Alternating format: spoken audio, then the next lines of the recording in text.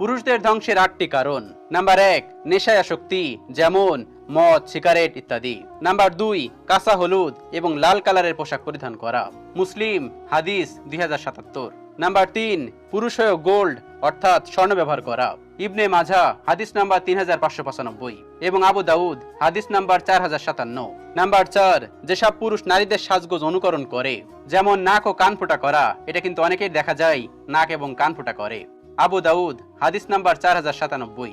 Number 5, সিল্কের পোশাক পরিধান করা।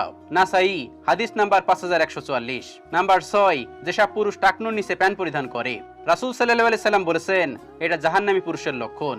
আবু দাউদ হাদিস নাম্বার 3140।